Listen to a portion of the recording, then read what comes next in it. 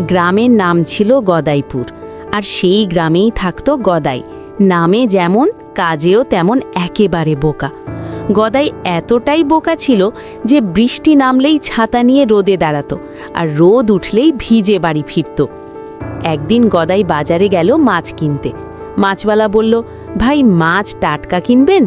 গদাই চোখ বড় বড় করে বলল, না না, পচা মাছ হলে নেব, টাটকা হলে বাড়িতে পচাতে সময় লাগবে।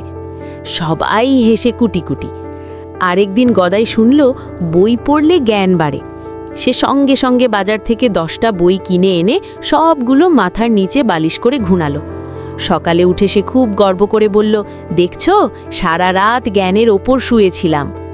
সবচেয়ে মজার ঘটনা ঘটল একদিন পরীক্ষার হলে।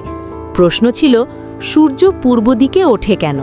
গদাই লিখল, কারণ পশ্চিমে উঠলে আমাদের ঘুম ভেঙে যেত। পরীক্ষা শেষে শিক্ষক মাথা চুলকাতে চুলকাতে বললেন, তুই সত্যিই বোকা, কিন্তু তোর বোকামিতেই মানুষ হাসে। আর গদাই, সে হেসে বলল, বোকা হয়ে যদি সবাই হাসে, তাহলে বুদ্ধিমান হয়ে কাঁদার দরকার কি?